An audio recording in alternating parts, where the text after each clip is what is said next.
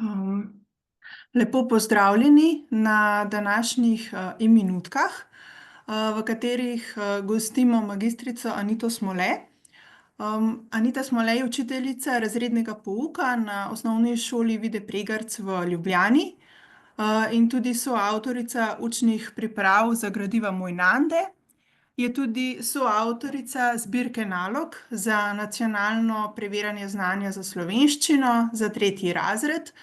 Zbirka je šla lani konec leta v zbirki Brichtna Glavca. Predvsem je pa Anita učiteljica, ki želi učencem omogočiti varno in spodbudno učno okolje. Učne dejavnosti pa načrtuje tako, da v njih aktivno sodelujejo tudi učenci. Danes bo govorila o medpredmetnem povezovanju. To je tema, o kateri se veliko govori in naj bi bila v cilj vsakega pouka.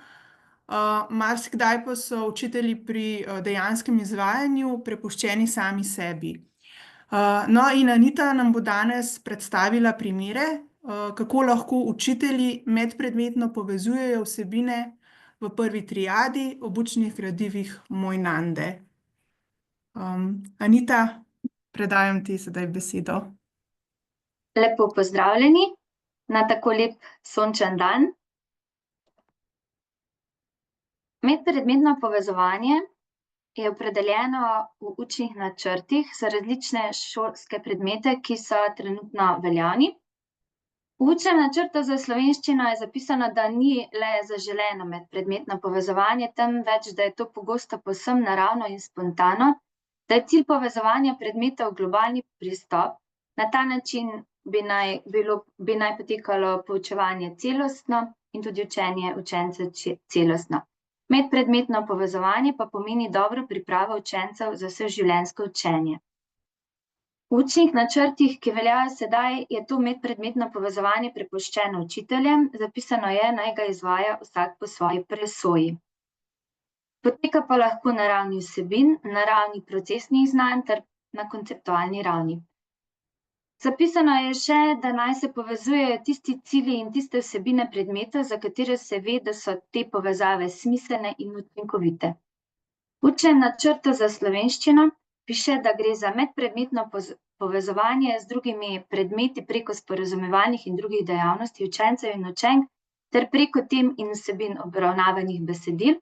Gre pa še za to specifiko, da slovenščina ni le šolski predmet, temveč v Republiki Sloveniji tudi učni jezik.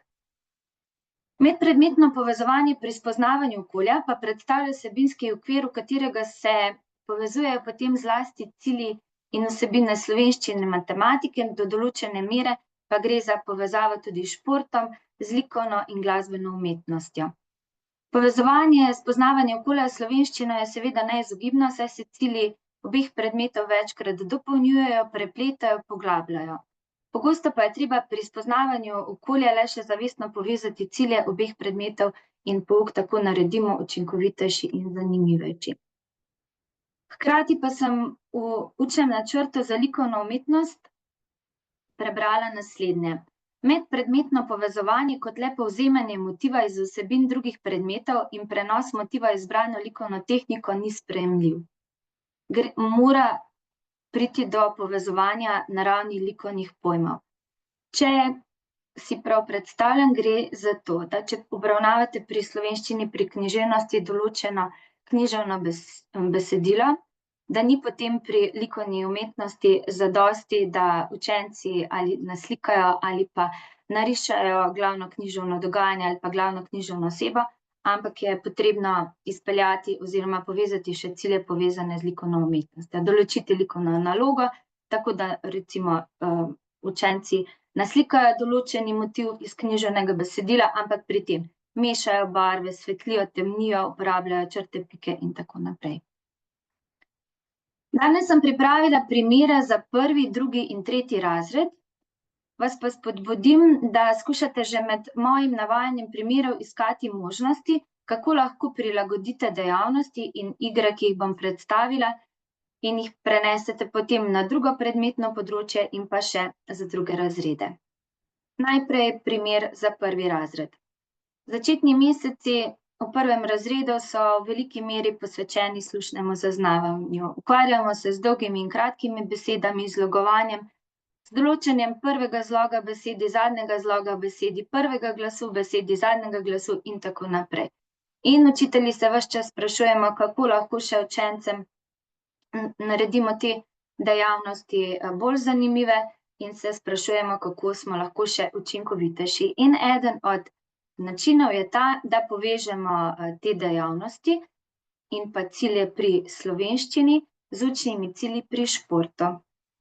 Torej, ko medpredmetno povezujemo, si vseeno za posamezno predmetno področje določimo cilje, ki veljajo za slovenščino in pa za šport, hkrati pa iščemo tudi tiste, ki veljajo tako za eno predmetno področje kot za drugo predmetno področje.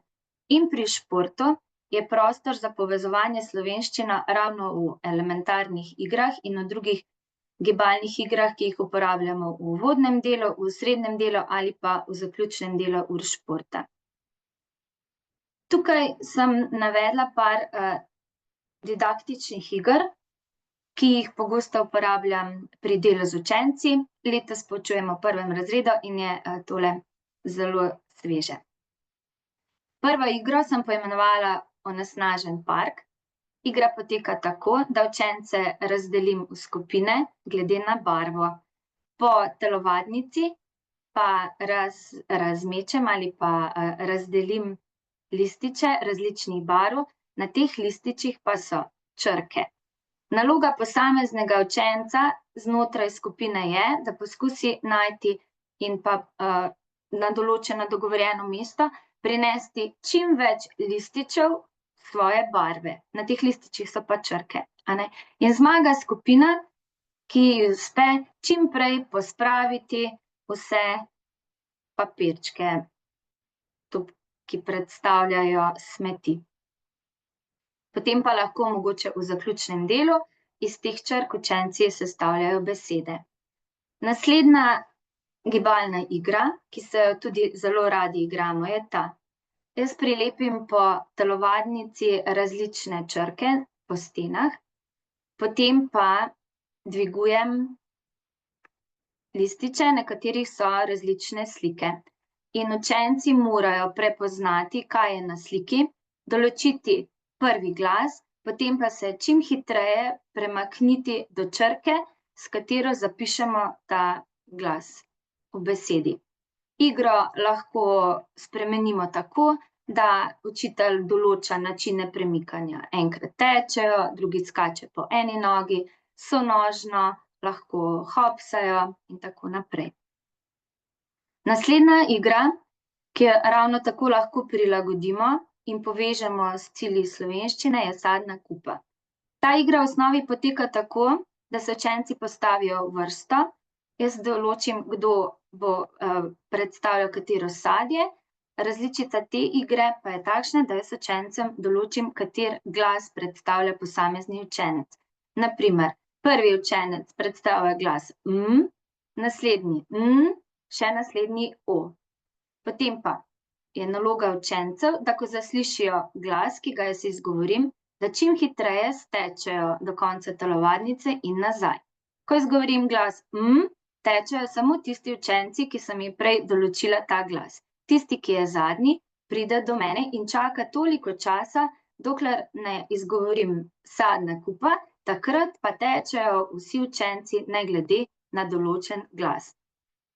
Različica te igre je lahko tudi takšna, da kasneje učencem, ko že preidemo od glasov k črkam, določimo črke. In učitelj izgovarja določene besede. Če se določena črka nahaja znotraj besede, takrat učenec teče, če pa se ne nahaja znotraj besede, pa ostaja na mestu. Različica igre dan-noč, ki jo lahko ali pa največkrat se jo igramo v zadnjem delu športa, da se učenci nekako umirijo, kadar določen glas je v besedi, stojijo, kadar glasu v besedi ni, pa počepnejo. Zelo priljubljena igra se imenuje Atomčki. poznate jo na tak način, da se igrajo, ko da reče učitelj, združite se atomčki po 2, združite se atomčki po 3 in tako naprej, tvorijo učenci določene skupine. To igro pa jaz nadgradim tako, da učencem pred začetkom ure športa na majice prilepim nalepke, na nalepkah pa so napisane črke.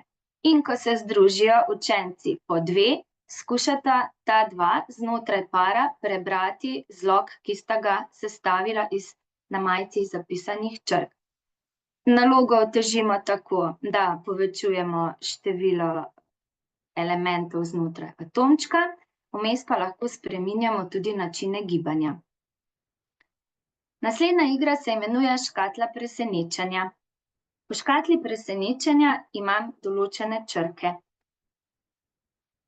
Jaz izvlečem črko, učenci pa iščejo enake črke po telovadnici na tleh in prinašajo te črke do mene in cilj je, da čim prej poberejo vse črke in jih prinesejo k meni. Naslednjo igro sem poimenovala Ž, O, G, A. Že samo ime nakazuje na to, kaj učenci delajo. Stojijo v krogu, vsak učenec ima žogo. Žoga potem potuje po krogu in sicer naloga učencev pa je poleg tega, da predajajo žogo, da glaskujejo določeno besedo. Jaz dvignem listič, na lističu je narisan nek predmet, učenci ga prepoznajo, skupaj ga najprej poimenujemo, potem pa učenci glaskujejo. Naslednja igra se imenuje tarče. Igramo se jo tako, kadar obravnavamo temo igre žoga ali pa lahko tudi v zaključnem delu, da na steno v telovadnici prilepim določene črke, učenci pa pred zadevanjem cilja izvlečejo sličico, poimenujejo, kaj je na sliki, določijo prvi glas, lahko tudi zadnji glas, odvisno, kaj želimo doseči, potem pa zadanejo tarčo, ki predstavlja črko, s katero zapišemo določen glas. Še ena igra, ki se jo pogosto igramo, se imenuje Sestavi besedo. Uporabljamo jo pri štafetnih tekalnih igrah. Vsaka skupina ima na začetku določene črke. Vsak član skupine vzame eno črko, takrat, ko jo navrstijo, prenese na zadnji del telovadnice in tam počaka. Naslednji se lahko vključi v igro, ko prvi konča. Na koncu iz črk, ki so jih zbrali, sestavijo besedo. Predstavljam še en primer, kako lahko učitelj v prvem razredu poveže učne cilje pri slovenščini in pa spoznavanju okolja. Pri slovenščini učenci na tak način, kot bom predstavila, razvijajo jezikovno zmožnost, in sicer poimenovalno in pa skladenjsko, pri spoznavanju okolja pa se na tak način učijo oziroma spoznavajo, kako je potekalo življenje v preteklosti in preko dejavnosti spoznavajo, da je bilo življenje ljudi v preteklosti drugačno. Te dve temi in pa učne cilje lahko povežete preko naslednjih dejavnosti. Najprej se lahko greste z učenci eno igro, in sicer po razredu ali pa po hodniku, lahko tudi zunaj, skrijete različne predmete. Če predmetov nimate, lahko uporabite sličice ali pa fotografije. Na teh fotografijah naj bo nekaj majhnega, nekaj velikega, nekaj umazanega, čistega, temnega, svetlega, starega in novega. Ko najdejo učenci vse te predmete, jih poskusijo dati v pare in na tak način napoveste, o čem se boste tisto uro igrali oziroma učili. Napoveste cilj, da boste spoznavali nasprotja, hkrati pa poudarite, da se boste pogovarjali o tem, kako je potekalo življenje nekoč in danes. Potem lahko v nadaljevanju iz delovnega zvezka uporabite dve sliki, ki predstavljata življenje nekoč in danes. Prvotno je tukaj cilj, da učenci opisujejo sliko, hkrati pridobivajo besedišče, ker morajo poimenovati predmete in dejanja s knjižnimi besedami. Potem pa lahko učence razdelite v skupine, kjer se igrajo igro spomin ali pa različica Črni Peter. En del učencev se igra spomin povezan s protipomenkami, drug del učencev pa spomin povezan z življenjem nekoč in danes. Igra se seveda zamenja, tako da se igrajo vsi učenci obe igri. Slike, ki jih uporabite pri spominu, pa potem služijo kot izhodišče za pogovor o življenju nekoč in danes. Zaključni del ure pa lahko poteka tako, da učenci primerjajo po analogiji. Nekoč so bile družine, pa povedo številčne ali pa velike, danes pa so manjše. Nekoč so bile sobe manjše, danes pa so večje.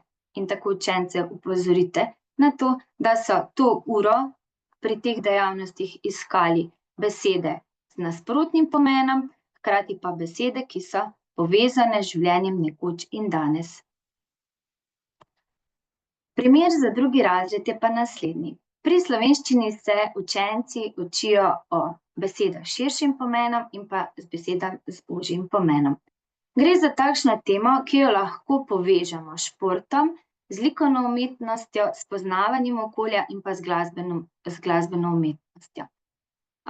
S športom in pa z likovno umetnostjo predvsem na ravni obravnave teoretičnih pojmov, pri spoznavanju okolja in pa glasbeni umetnosti pa lahko na tak način utrjujemo znanje. Igro oziroma dejavnost lahko izvedemo na prostem ali pa na hodniku v šoli. Učence najprej razdelimo v skupine. Imena skupin določimo tako, da predstavlja določeno ime, določena kratica za šolski predmet. Potem se učenci razdelijo v skupine. Vsaka skupina dobi vrečko z enako kratico šolskega predmeta. In naloga učencev je, da poiščejo na hodniku ali pa na igrišču na prostem stvari, ki bi jih dali v to vrečko. Torej, v matematično vrečko sodijo stvari povezane z matematiko, v športno vrečko stvari povezane s športom, okoljsko vrečko stvari povezane s poznavanjem okolja in pa v glasbeno vrečko, kar je povezano z glasbenimi pojmi, z Orffovimi glasbili, in pa še likovno vrečko, kar je povezano z likom. Na tak način ponovimo, kaj učenci vedo o teoretičnih stvarih pri športu, pri likovni umetnosti. Ko skupine najdejo svoje predmete, seveda predstavijo, kaj so našle. In potem imajo nalogo, da na list, na katerega zapišem jaz potem črke od A do Ž, zapišejo, kaj so našli. Naprimer, če so našli trikotnik v matematični vrečki, zapišejo to pod črko T. Ne bodo dopolnili vseh črk glede na to, kaj so našli, imajo pa dodatno nalogo, da lahko še sami dodajo stvari oziroma poimenujejo stvari in zapišejo besede, tako da skušajo dopolniti čim več črk od A do Ž. Zmaga tista ekipa, tista skupina, ki najde največ besed od A do Ž. Ko so našli te besede, predstavijo skupine predmete, ki so jih poiskali, in na tak način lahko potem vprašamo otroke, kako bi pa zdaj z eno besedo poimenovali vse to, kar ste našli, ali pa znotraj katerega šolskega predmeta pa spada določen predmet ali pa določena slika, in na tak način uvedemo pojem besede s širšim pomenom, besede z ožjim pomenom. Hkrati pa lahko tukaj učence že opozorimo, da med posameznimi besedami, kadar naštevamo, uporabljamo vejico. Ko izvedemo to dejavnost, se pa potem vrnemo v učilnico in učenci naredijo še naloge, pripravljene v delovnem zvezku. Ta dejavnost je primerna tudi potem za 3. razred, ko se ravno tako učenci srečujejo z besedami s širšim pomenom in pa z ožjim pomenom. Imejmo učitelji v mislih, da tudi takrat, ko pripravljamo sami primere, da učenci iščejo nadpomenke ali pa podpomenke, posežemo po različnih predmetnih področjih. Naslednji primer lahko izvedete v 3. razredu ob pripravljenih dejavnostih. V delovnem zvezku za slovenščino imate eno enoto, cilj katere je razvijanje zmožnosti poslušanja krajšega besedila z naslovom Mikroplastika. Pri spoznavanju okolja pa z učenci obravnavamo temo Skrbim za okolje. In preden se lotite te teme, lahko izvedete igro, ki sem jo predstavila v uvodnem delu Očistimo park. Tam so učenci iskali lističe in jih želeli čim prej pobrati, ker so to predstavljale smeti. Vi pa lahko prilagodite to igro tako, da pripravite lističe, na katerih so poimenovanja različnih odpadkov. Učencem na določen dogovorjen del dodate še koše za smeti z označenimi barvami. In naloga učencev, lahko delajo to individualno ali pa skupina, je, da čim prej poiščejo, tečejo do določenega odpadka, odpadek pa potem dajo v ustrezen koš za smeti. Ko to igro odigrate do konca, učencem preberete, seveda 2-krat, besedilo o mikroplastiki. Učenci po tem, ko poslušajo krajše besedilo, rešujejo pripravljene naloge. Tukaj že kar veliko stvari spoznajo v zvezi s skrbjo za okolje in ta pripravljena vprašanja lahko izkoristite za to, da ugotovite, koliko učenci o tem že vedo. Hkrati pa na tak zelo prijazen način učence peljete tudi spoznavanje okolja in na temo Skrbim za okolje. In se potem z učenci nadaljujete in pogovarjate in rešujete stvari, ki so pa povezane v delovnem zvezku, ki so pa pripravljene v delovnem zvezku za spoznavanje okolja. Učenci vas bodo velikokrat potem na koncu vprašali, če se ne bodo dejavnosti točno navezovale na dejavnosti v delovnem zvezku, ali smo imeli zdaj slovenščino ali smo imeli matematiko, vi pa jim boste lahko na tak način pokazali, kako se stvari prepletajo in kako lahko določeno znanje, ki smo ga pridobili pri enem predmetu, učinkovito povezujemo potem na drugem predmetnem področju. Tukaj je nakazanih še nekaj možnosti povezav medpredmetnega povezovanja med slovenščino in spoznavanjem okolja. Če uporabljate pri slovenščini delovni zvezek in pa bralno knjižico, je kar nekaj izhodiščnih besedil povezanih s temami spoznavanja okolja. V slovenščini lahko obravnavate enoto nastanek knjige, takrat, ko pri spoznavanju okolja obravnavate temo praznike in se pogovarjate o kulturnem dnevu. V slovenščini lahko učenci preberejo v Laufarjih in to izkoristite kot izhodišče za uvod v šege in navade. Enota spomladansko čiščenje se navezuje potem na letni čas pomlad. V bralni knjižici Johej že berem imate besedilo z naslovom Najpomembnejši stroj. Učenci tukaj izvedo veliko o možganih, potem pri spoznavanju okolja pa to povežete s človeškim telesom. Pa še kar nekaj primerov. Povezovanje nasilje boli znotraj enote ali pa sklopa, tematskega sklopa Moja šola, razvoj vozil, križanka, promet, takrat, ko pri spoznavanju okolja obravnavate promet, jesen, kaj spada skupaj in jesen pri Bevkovih, tudi takrat, ko se pri spoznavanju okolja pogovarjate o letnem času jeseni. Poklice pa takrat, ko pri spoznavanju okolja govorite o hobijih in poklicih. Pa še en primer. Praznovanje po svetu pri slovenščini, praznujemo pri spoznavanju okolja.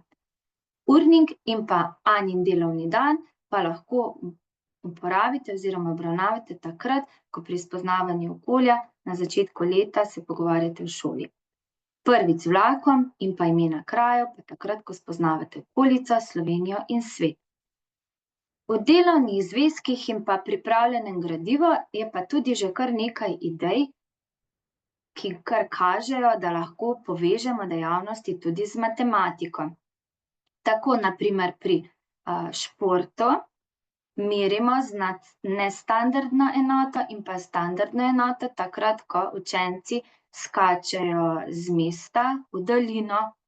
Lahko pa uporabimo matematično znanje tudi pri slovenščini in spoznavanju okolja, takrat, ko se učenci učijo o različnih prikazih, na primer o drevesnem prikazu, lahko uvrščajo ali pa razvrščajo besede nagajivke in pa tiste, ki se pišejo na enak način, kot se izgovorijo. Tudi pri drugih predmetih lahko zelo koristno uporabite že pripravljeno gradivo. Tukaj na prosojnici vidite primer, ko smo v 3. razredu v drevesni diagram razvrščali besede, ki se končajo na L, in tiste, ki se ne končajo na L. Lahko pa uporabite tudi tematske kartice, ki so na voljo v sklopu podpore za učitelje pri predmetu slovenščina. In če ste prej opazili, v 1. razredu, ko sem vam predstavljala, kako lahko pri športu povežemo igre s cilji povezanimi s slovenščino, so bile tam te tematske kartice in pa 2 prilogi iz Cicibana. Tudi to priporočam, bodite pozorni na to, kaj lahko vse od tega, kar imate na voljo, že uporabite in vam ni potrebno na novo pripravljati.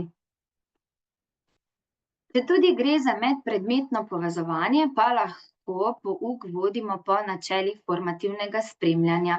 In tukaj ima učitelj sedaj možnost, da se sam odloči, ali bo kriterije uspešnosti, ki jih izpelje iz posamezne dejavnosti, s pomočjo učencev ločil na kriterije uspešnosti povezane, na primer slovenščina, kriterije uspešnosti povezane s poznavanjem okolja, ali bo to kar skupaj spravil na en list in se z učenci enostavno dogovoril za določen piktogram.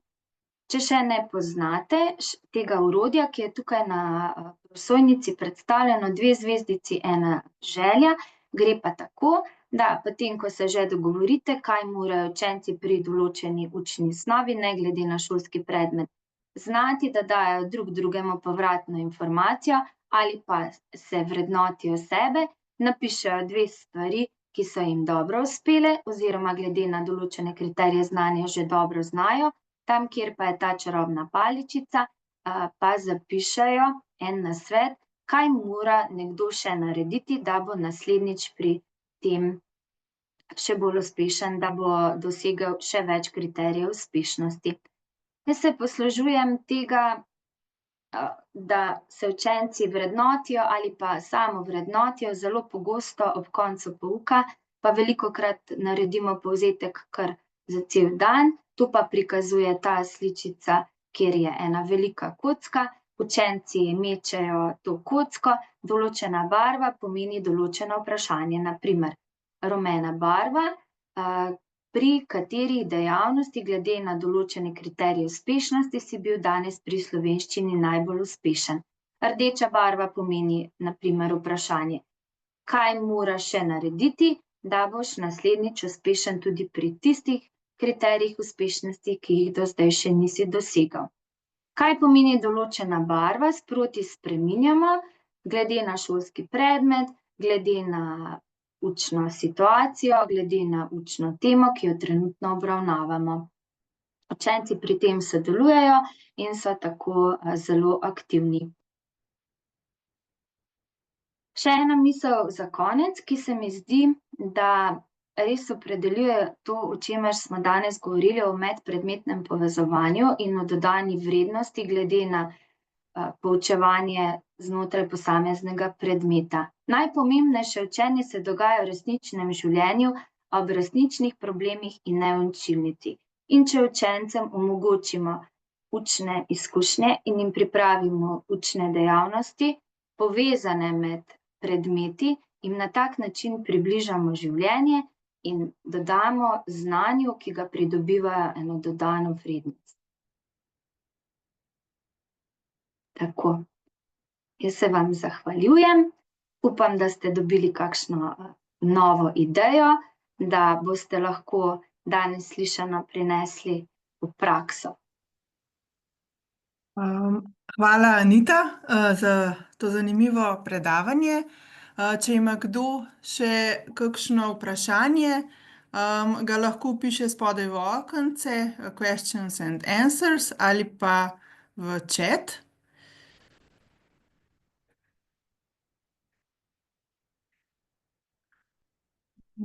Anita je dala kar nekaj idej za medpredmetno povezovanje.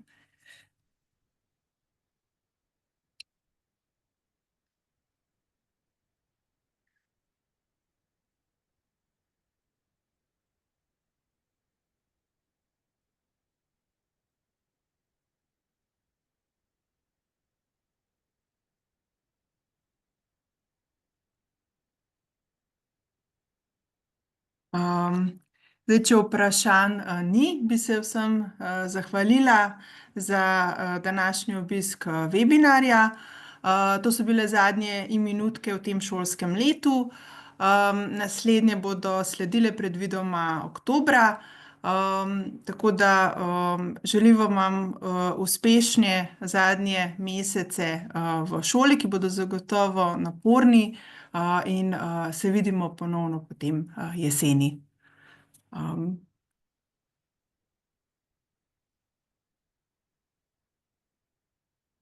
Hvala.